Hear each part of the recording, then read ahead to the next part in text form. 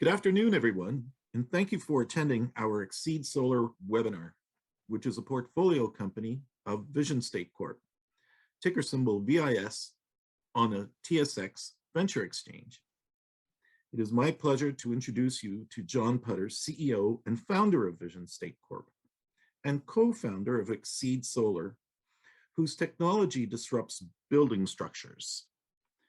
John has over 15 years of IT, IoT, AI, and public company experience, and has been nominated twice for the National Innovation Award. A true visionary, in 2018, Visionstate won the CSSA Innovation Award. Welcome, John, and take it away. Well, good afternoon, everybody, and thank you for taking the time out for this afternoon's information session with Exceed Solar. Really excited about the prospects for this company. Just so you know, Visionstate is a company that invests in disruptive technology strategically and is represented by companies like Exceed Solar. So what we look for with Visionstate are synergies on potential IoT markets that would enhance or complement the core product that Visionstate has developed, which is called Wanda, which is currently focused on the facility management industry. Exceed Solar represents a significant opportunity for Visionstate to create IoT solutions for energy optimization. Another key component to our strategy is, of course, social impact, and clearly construction industry requires at least some amount of disruption in order to move toward a society where we are net zero on our energy use. And certainly Exceed Solar is on the cusp of this. In a sense, it's similar to the evolution of the electric vehicle, in fact, where we're moving away from fossil fuel cars. To get to sustainable net zero energy, construction has to follow suit and is ripe for some amount of disruption. And, we believe, and this is why we invested in Exceed Solar, that they're on the cusp of this technology and can be leaders as we move forward toward that net zero society. So with that, I'd like to turn it over to the Exceed Solar folks to tell their story, and I hope you enjoy it, and please feel free to ask questions. Thank you very much, John, for that introduction. My name is Elliot. I'm the president and co-founder of Exceed Solar, and we are an Edmonton-based startup company. So I'm excited to get into what we do, but first I'd just like to say thank you very much to Kathy Hume and her team at CHF. You guys are wonderful. So thank you very much for setting up this opportunity for us. So Exceed Solar is a company, as John said, that's focused on disrupting the construction industry. And we took a different approach to that. What we're doing is we're combining energy efficiency with IoT technology and solar power into a scalable living space. So we did that. We developed a brand called Soul Spaces. And under that brand, we have our three main products. We have our Soul Studio, a backyard solar powered studio. We have our Seoul Greenhouse, and we also have a Soul Garden Suite. So we'll get a little bit more into the products and what they are. First, I just sort of like to say we're very big believers here in shared value, and we firmly understand that today's investors and younger generation, including myself, are very much invested in environmental and social governance, and there are a lot of challenges that we face that we have set out to address here. So just to go over some of the challenges that we're trying to address, obviously, as everybody knows, COVID has had quite an impact on our society. The pandemic and the lockdowns have forced Canadians to be working from home, And from what we see, that trend will continue in the professional world. Up to about 32% of Canadians are currently working from home, and we will see that continue. There's also the rising food costs that we're now seeing an impact on. I know my grocery bill personally has gone up quite significantly. So we're trying to address that, as well as affordable and alternative housing solutions, which many young people nowadays are really interested in. So we'll go over that in this presentation.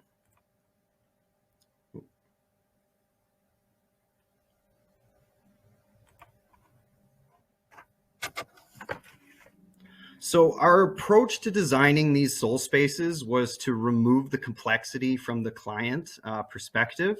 We bundle our solar technology, IoT, and energy efficient construction into a turnkey system. And that really separates us from a lot of conventional home builders. Typically, you'll see some elements incorporated, but we really wanted to approach this from a ground up perspective and ensure that each aspect of our products is efficient and sustainable. So the first of our products is called the Soul Studio. The concept of the Soul Studio, in fact, was imagined pre-pandemic as extra space for a homeowner, whether it's an entertainment studio, a yoga studio, or a home office. Now, this is our first Soul Studio project that we built. Today, it is being used as a Zoom room in an office, and it is in use 365 days throughout the year, including winter as well. Our second product here is the Seoul Greenhouse. So the Seoul Greenhouse was designed to tackle some of the challenges that we see growing in a greenhouse in a northern climate. What we did was we combined energy efficient materials, structurally insulated panels, with a unique design on our greenhouse to try and extend the growing season further than you would normally see with a typical greenhouse. First thing I'd like to point out with our design is we do have a north insulated wall. You can see in that picture, the back wall there is in fact a solid wall. It's not polycarbonate panels. And the reason we do this is because, particularly in northern climates, the sun exposure is coming from the south. So having polycarbonate panels on that north wall, you're really just losing heat. So what that north wall allows you to do is regulate the temperatures inside the greenhouse and in fact extend your growing season further than you would normally be able to with a typical greenhouse. Another unique design aspect is the attached potting shed, which is something that's really not included in any greenhouses today.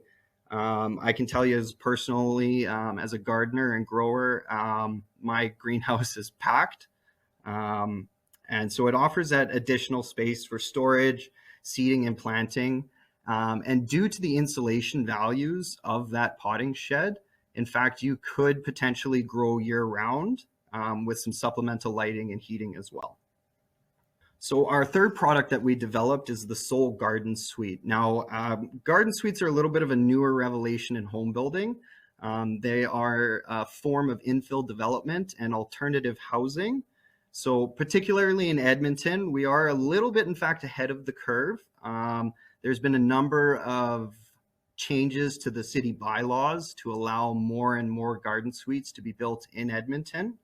As far back as 2011, we were seeing about 5, maybe 10 permits being given out per year. Now in 2020, we see about 60 to 70 permits being given out per year. And that's in Edmonton alone. Obviously, we see these regulations coming into place out east and out west as well. So it's quite an attractive form of housing for many people.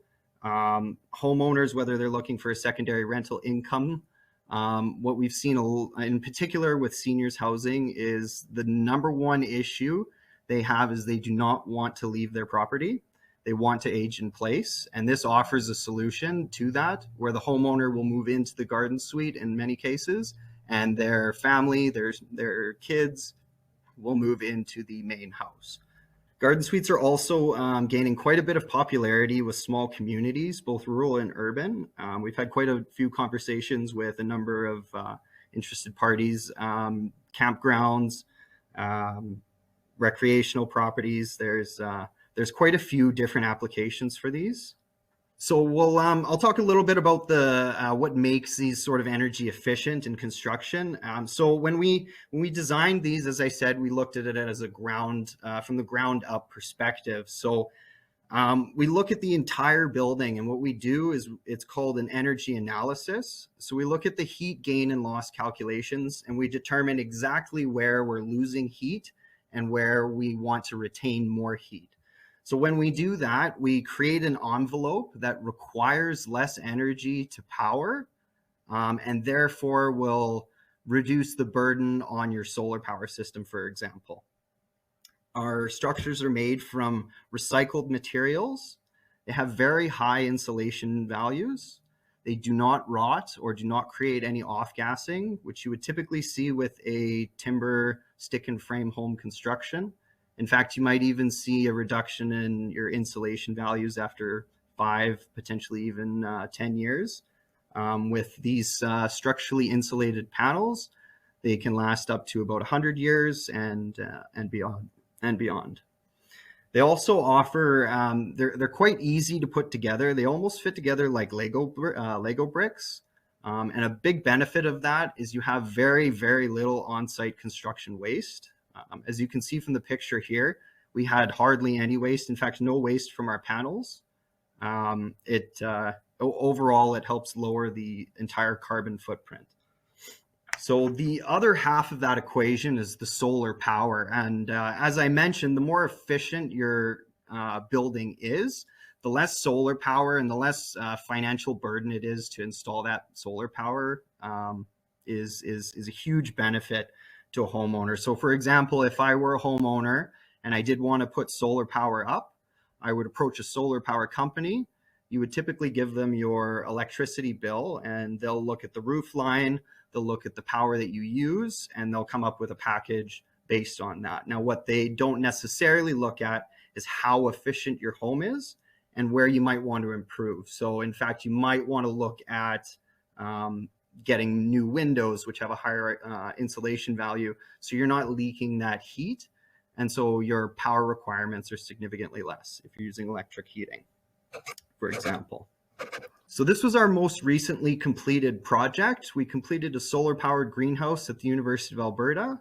Now this was a collaborative effort that included a number of student, staff, and faculty groups.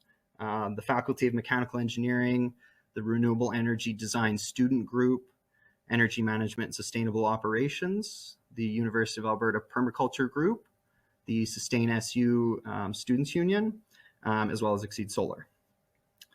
The project was in fact partially funded as well through the Campus Sustainability Grant. That's through the Energy Management and Sustainable Operations faculty.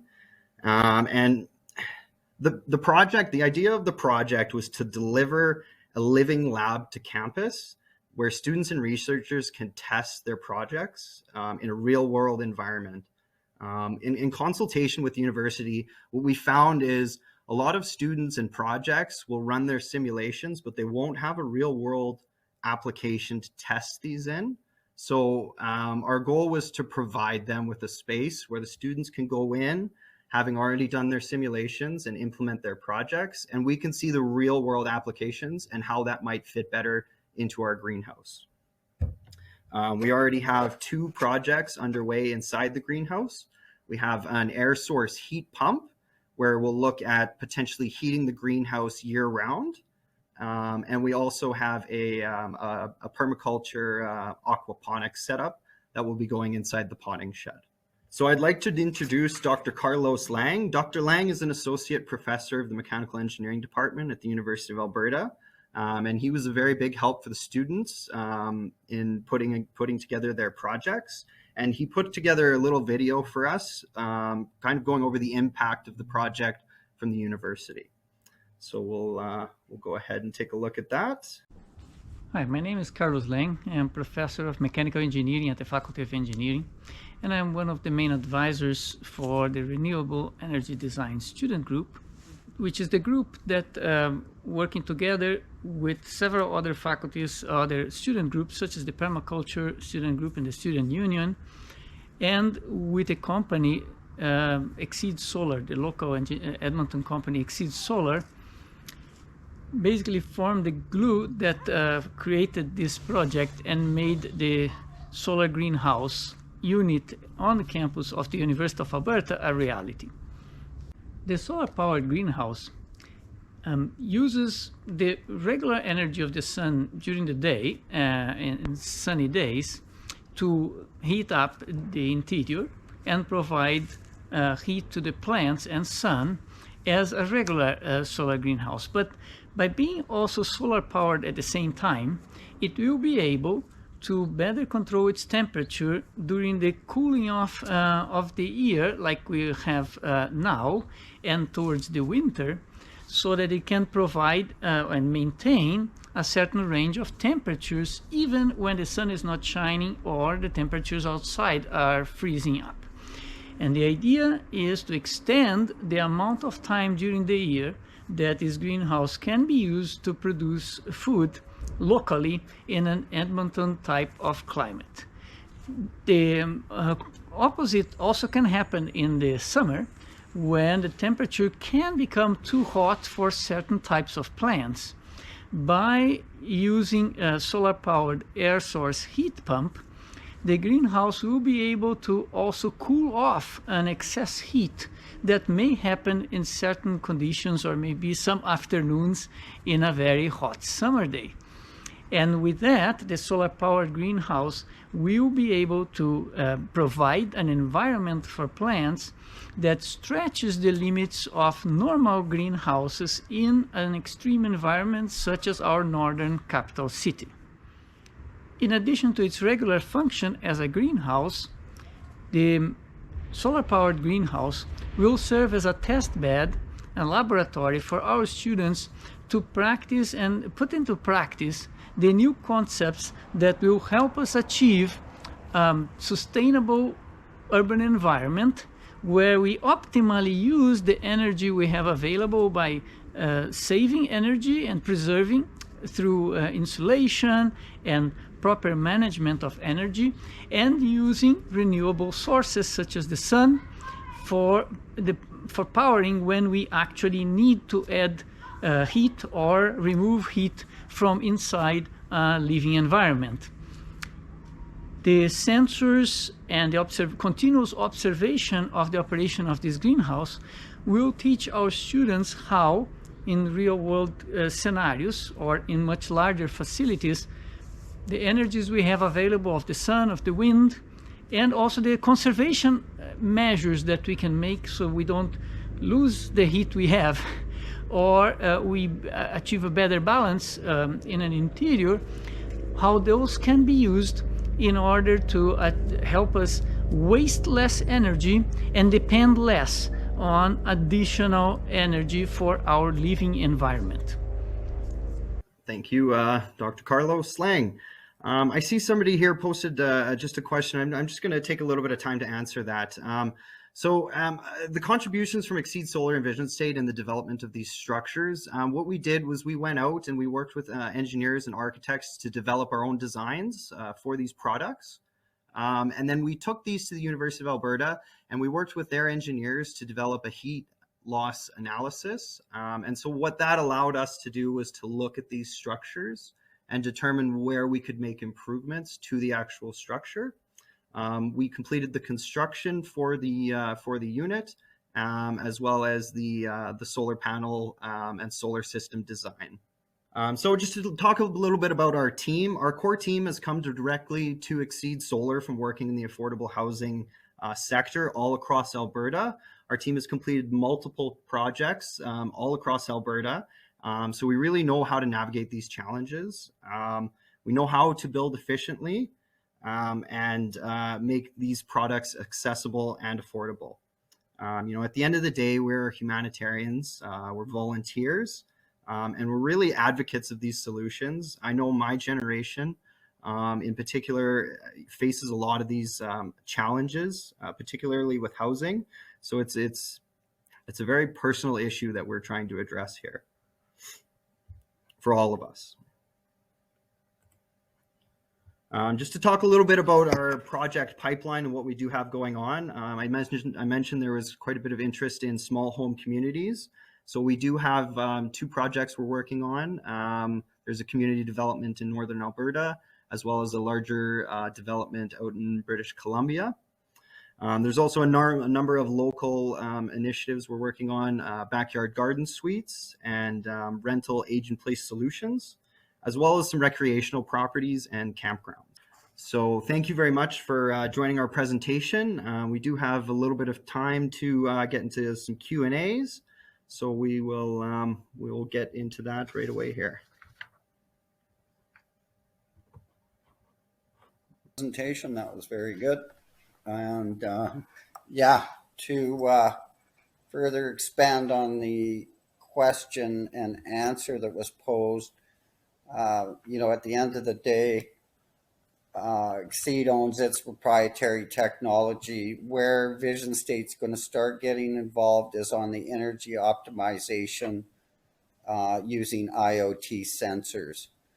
So we'll be working with the university on that. We will own that IP as well.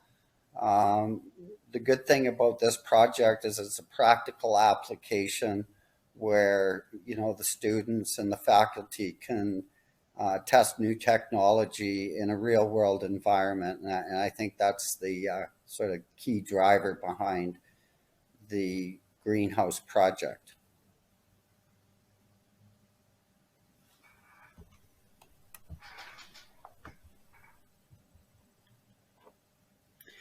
There's a second question there. I might as well just raise it and you can answer it. What is the market that Exceed is going after? How will Exceed become a profitable company? So our focus right now is to start small, building on our project pipeline and our product line. We're looking to partner locally with builders and landscaping companies to deliver these products and to create sales avenues for them as well. But as I said, you know, we're really focused on starting small locally with the scalable products and then moving out from Edmonton and Canada moving forward. Is there any competition in the market, and what makes Exceed Solar unique? Yes. So as I mentioned, you know, our typical competitors are your conventional stick and frame home builders. So our competitive advantage really is in our efficiency. When you look at a building, you want to look at the long-term benefits of that building. So for example, your stick and frame construction, you will be losing insulation value over the life of the building. You'll also be off-gassing, and there is the potential for rot and for damage to the building. What would you say would make Exceed Solar unique? Exceed Solar is unique in the way we combine all of our technologies into one package. There are a number of different initiatives we're looking at, as well as a project with the university to develop a home energy smart management system. Now, what that'll do is it'll add predictive algorithms into when we can use the energy, when's most efficient to be using energy within the home. And it's, you know, we can create an entire IoT solution within the home. Okay. What about the utilities that are required? For example, water, sewer, internet? Yes. So just as your standard home, you would see electricity, plumbing, as well as heating is included. We actually use electric heating in our buildings. Now, the reason we do that is, in fact, because the way the panels are built, they're bonded together. So your entire building is one uniform structure. So there's actually virtually no air leakage within the building. So what we do is we include an air source heat pump into our buildings, which is an efficient way of heating your home. It uses electric heating, and it offers that air exchange that the building will require. The next question is probably for myself, for Visionstate. Do you plan to spin off Exceed in its own entity or keep it under the Visionstate umbrella? The answer to that, and this is with coordinating with the Exceed Solar team, I think the goal right now, the objective is to get traction, to get a market presence and build that market presence, and then take it from there in terms of whether or not it should be spun off. For now, it will be kept under the Visionstate umbrella, particularly since we're going to be entering into a phase of development for the IoT sensors, and we're working very closely with the electrical engineering department on that project as well. So for now, we will be keeping it under our tent. Another question for you, Elliot. Are you providing battery backup as the solar panels do not work all the time? There would be a need for backup power supply. Great question. Go ahead. Yes, great question. Thank you very much. So we developed three sort of packages for the solar for our buildings. We have a off-grid, we have an on-grid, and we also have a hybrid solution. So for example, there's a number of challenges that can be presented when installing solar. I'll use the university project as an example. There was no available on-grid tie-in, particularly with the location they're putting it in. They're taking down some of the older homes in there. So we did not have access to any form of grid tie. So what we did was we put in a hybrid system. And what that allows them to do, it is a battery backup system. It has 4 batteries, but it also offers the capacity to expand on the solar system, not only in solar. So they could expand the amount of panels as well as the battery bank that's inside the solar greenhouse. But what they could also do is add an alternative source. For example, the Renewable Energy Design Club is working on a wind turbine that they're going to be putting up in one of the engineering buildings on campus. And it is there's the potential that they could add a similar technology to the system. Okay, another great question from the floor. Was the U of A project revenue generating or done at cost as a demo? Did you manage to recruit any student volunteers as potential future employees? Yes, in fact, we were working with a student, with one of the students on a consultant basis. He helped us do the heat loss gain calculations as well as some of the solar calculations on our buildings. The project was done at cost as part of a demo. Now, there's a number of benefits that we're looking at. We are part of the greenhouse committee on campus. So we do have access to all of the research and data that is coming out of the greenhouse, and we can use that to better improve on our product. The university did pay for a portion of the cost, so is that not correct? Yes, yeah. There does seem to be a bit of a race toward energy efficient construction. Is this in response to climate change concerns, affordability? What is your commentary on that? Yes, absolutely. So, in Alberta, we've been a little insulated, unfortunately, from a lot of the impacts. Now, I previously worked at the University of Alberta, and I remember when the fires in Fort McMurray happened, and we were seeing these families come from Fort McMurray, with virtually nothing. We're starting to see those impacts, but quite frankly, as I'm sure everybody knows, they're going to get much, much worse. So we really want to position ourselves to be a part of the solution as we move forward. I think it's potentially the largest challenge that we're going to face in humanity. And it's absolutely crucial that we develop all sorts of solutions to address this problem, because it is a very large problem. Great, thank you. Another question for Visionstate, which I'll answer. Is Exceed Solar solely owned by Visionstate? Who is the ownership? So good question. Visionstate has a convertible debenture with Exceed Solar for up to 40% of the company equity. Currently, it remains as a debenture at this point where the company's paying us interest. We'll exercise that convertible option down the road when we feel comfortable that the company has got good traction under its legs and is a moving force in the industry. But as it stands today, Visionstate is really the only investor other than the four founders, which are Elliot, Kim, and Laszlo, and one other person that couldn't join us today, unfortunately, is Crystal Kosha, and she is a Métis woman with extensive connections into Indigenous communities, and she's looking at how these rather appropriate, I would say, models could be implemented in that market. So the simple answer is we're the only ones, and we'll certainly look at what our position is as the company moves forward. Elliot or your team, would you like to add anything at this point in the presentation?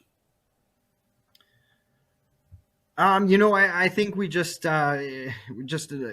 like to first of all express our thanks for everybody for coming, but I'd just like to express my personal excitement for these projects. I think it's extremely important that we look into technologies like this that bundle these solutions together and really address a lot of the issues that we're facing here today. So thank you again very much, everybody, for joining. Well, I'd like to thank everyone for taking the time and making themselves available for being on this webinar. Elliot, John, continued success, and we look forward to following you. Bye, everyone.